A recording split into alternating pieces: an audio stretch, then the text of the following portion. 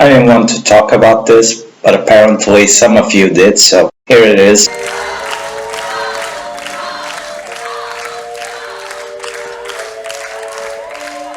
Stefania, mamo, mamo, Stefania, rozkwitaje pole, a вона сивіє. Заспівай мені, мамо, колискову. In 2022, the Ukraine wins the Eurovision Song Contest with Stefania. This led to the problem that the country was still fighting a Russian invasion.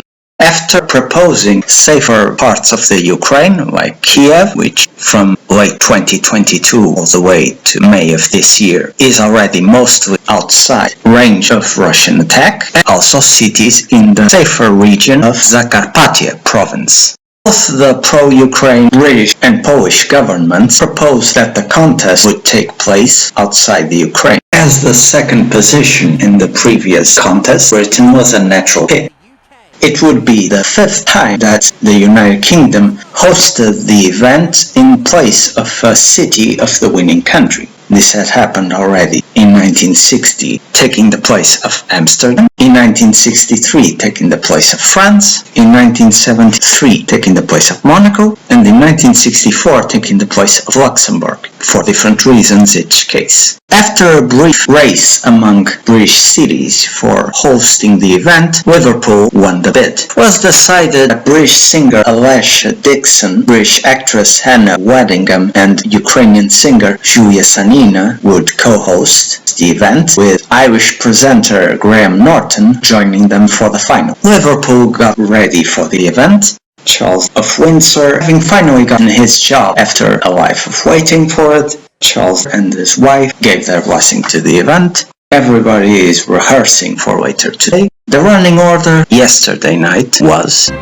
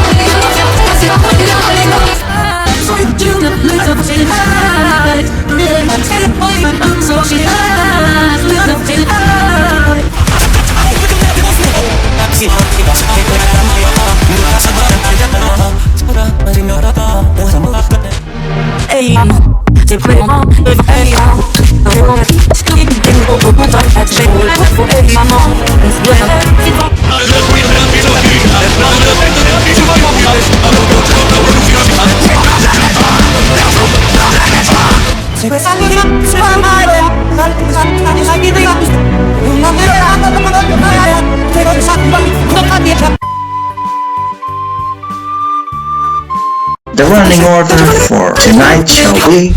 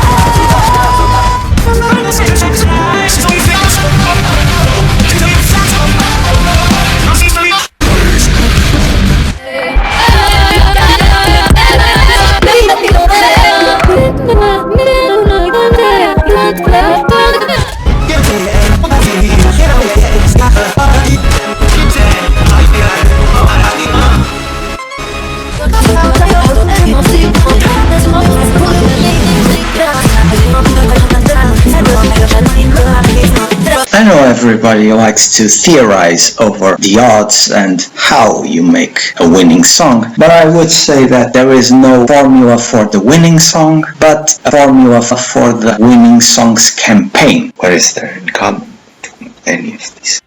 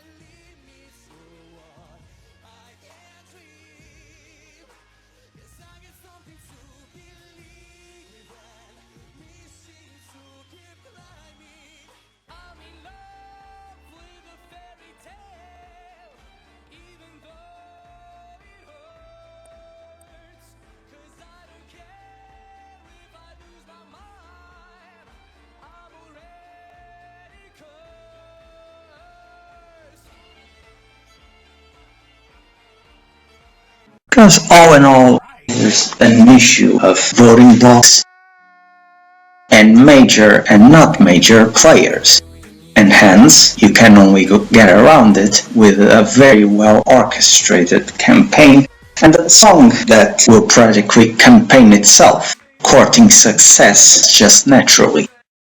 Eurovision Song Contest is an event of association among the public radio and TV broadcasters of Europe, the event being supported by monetary contributions of all the member broadcasters. The countries who contribute the most are the so-called Big Five: the United Kingdom, France, Spain, which join later, Germany, and Italy, are obligatorily always in the final. Due to that contribution, since they basically mostly pay the event, are obligatorily always in the final. A more festival-style song with a lot of show-off, but there isn't exactly so. Sure, many songs that won't fit that bill, but Genghis Khan by the Nipsik Band was more showy than the actual winner, Hallelujah, and it only got 4th place. And what to say of songs like Amar pelos Dois or Finland's hard rock Hallelujah? Because there is no such thing as a profile of a winning song, despite what you might think. There is the profile of the winning song, attracting of the public. To succeed, a song has to be popular. Doesn't mean pop in genre and to attract such popular vote. For such we consider first the Eurovision voting blocks. For example, the British and the Irish often vote in each other, the Nordics in each other, the Baltic countries in each other, the many post-Soviet states in each other, except when Russia decides to screw any goodwill towards them by trying to convince his neighbors not to join NATO, evading another neighbor that isn't protected by NATO. The Turks don't really have a voting bloc aside from Azerbaijan, but they get the votes of their diaspora in much of the continent. The Dutch and the Belgians vote in each other, their Turkish diasporas vote in Turkey, and they often vote in France, Germany, and Spain as another of the big. The lesser countries in terms of Eurovision of the Iberian Peninsula, Portugal and Andorra tend to vote Spain or any other song. Like we said, there are often swing votes between Germany, Switzerland and Austria. The post-Yugoslavia countries alternate between an opposition to voting each other and votes in each other.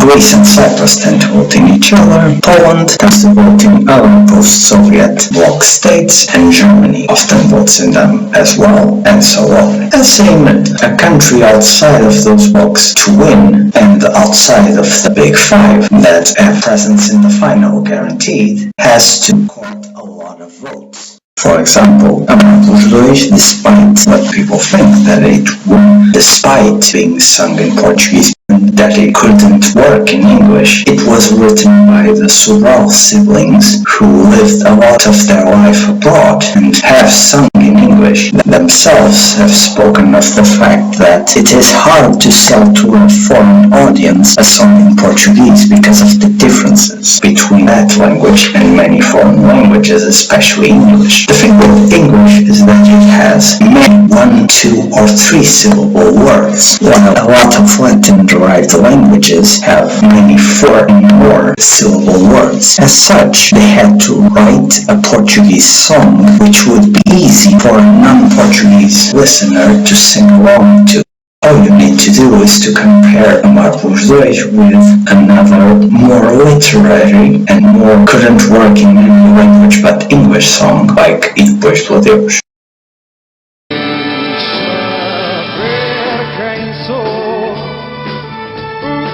Faço aqui, quem me abandonou, de quem me esqueci. Se dia alguém pergunta por mim, diz que vivi para te amar. Amar pelos Dois really won the moment that Sobral went to court the Spanish broadcaster and the Spanish people with some appearances before the contest, in the Spanish song with his Spanish counterpart, and that's including some initiatives to attract vote in bathrooms. That sounded worse than I thought in my head. Suzy, a frequent performer in Eurovision pre-parties from Portugal, performed among os dois in a Madrid pre-party before her country's win. Spain joined the previous week for, in 2010, Portugal didn't guarantee passage to the finals 9 times, 2004 to 2007.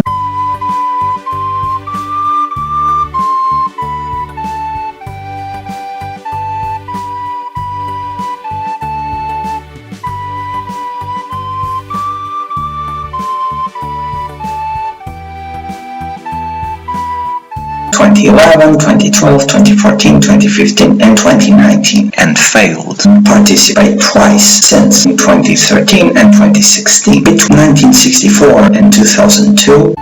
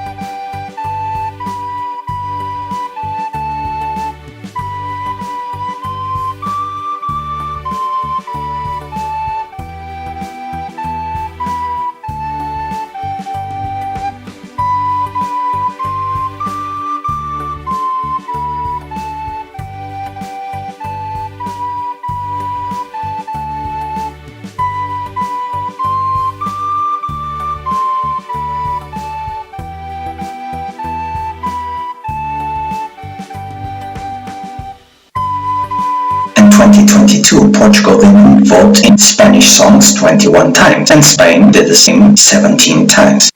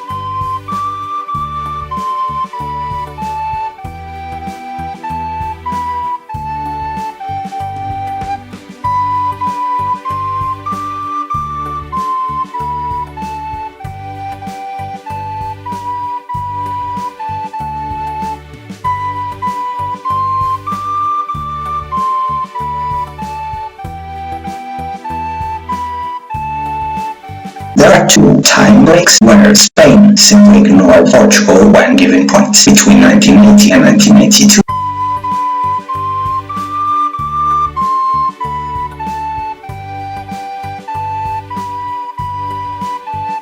1994 and 1997.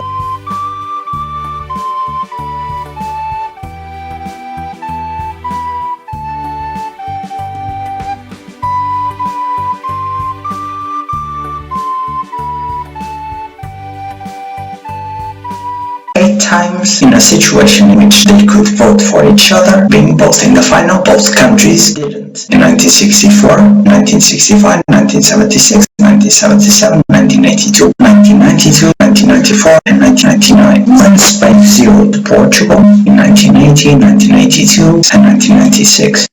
In 1979, Spain finished second behind Israel, but Portugal would give 10 points to Spain, giving 0 instead. If it wasn't so, Spain would have won instead of Israel.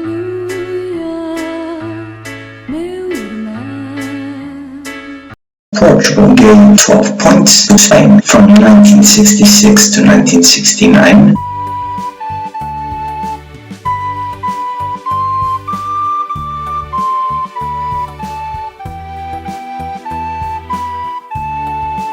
(1973, 1984, 2003, 2004, 2010 to 2012).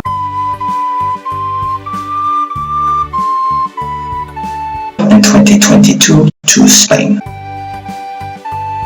Spain gave 12 points to Portugal in 1966, 1968, 1971, 1973, 1993, 1994, and 2017.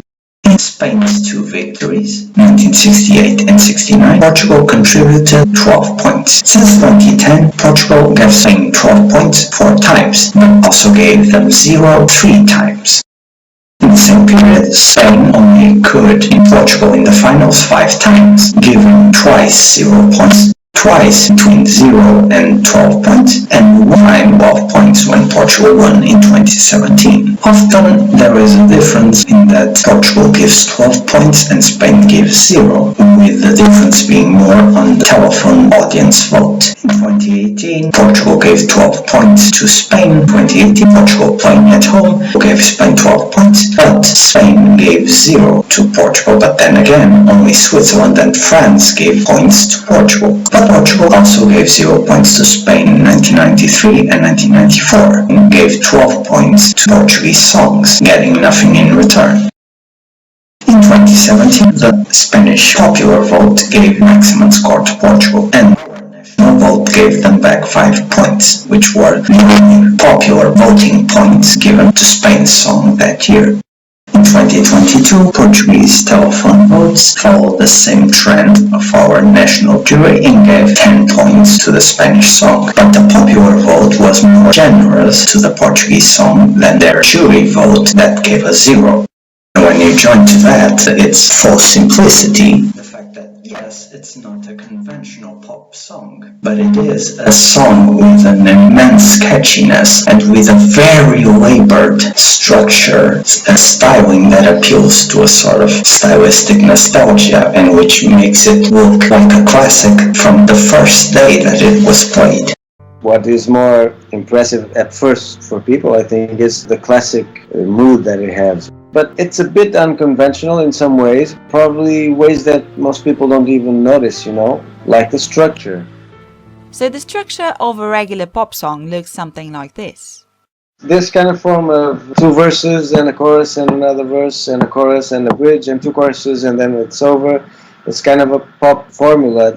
Once we compare it to the structure of this year's Eurovision winner, we'll notice the first big difference. Amar pelos dois begins with a quite extensive introduction.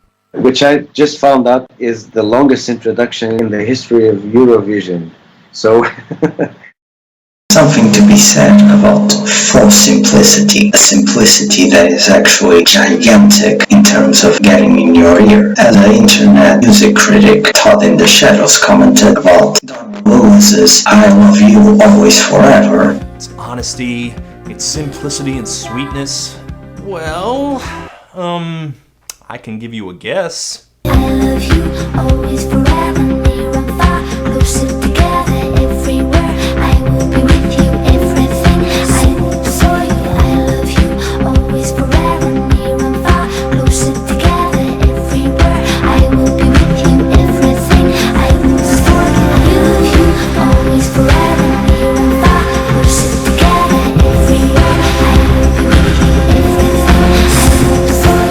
second that my patron named their request, this nursery rhyme chorus has been ticking back and forth in my brain pretty much 24 hours a day. It is taking a chainsaw to my cerebrum. One listen, and this song will be stuck in your headspace always, forever. Make no mistake, this is a mammoth monster of a hook. It crushes. With all that, regardless of how pop or spectacular or not it was, victory was pretty guaranteed. Also, despite the illusion that the performance by Swell was quite simple and is very important, Pure here actually had a very well thought out showing in the fact that he didn't perform on the same stage as the other performers, but in one slightly closer to the audience, and also had images showing behind him empty forest, giving a very intimate and intentional atmosphere to the whole proceedings. Mar pelos Dois was already viral on the internet before the Eurovision Song Contest. And the rest is history. And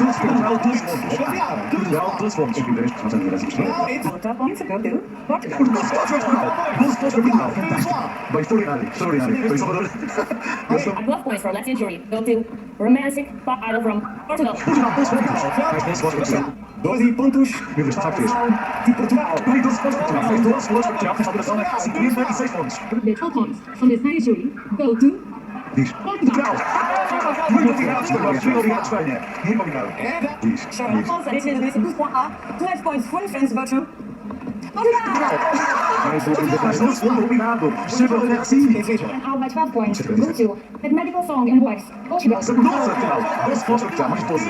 159 pontos. 12 points go to Portugal. Portugal. 12 pontos seguintes. 12 points go to Portugal. 12 pontos. 12 pontos para Portugal. And 12 points from the Serbian jury go to Portugal. And our 12 points go to Portugal. 12 pontos para Portugal. Suíça. Herna. 12 pontos. Muito curta para Suíça. Portugal. Portugal outra vez. 12 pontos para Portugal. Obrigado aos suíços holandeses. 12 points go to Portugal. 12 pontos mais 12 para Portugal. American 12 points to Portugal. Portugal. Mais 12 pontos. 600 pontos. Portugal. 12 points for the mark go to Portugal. Portugal também. 12 pontos para Portugal. Yes, Poland sends 12 points to Portugal.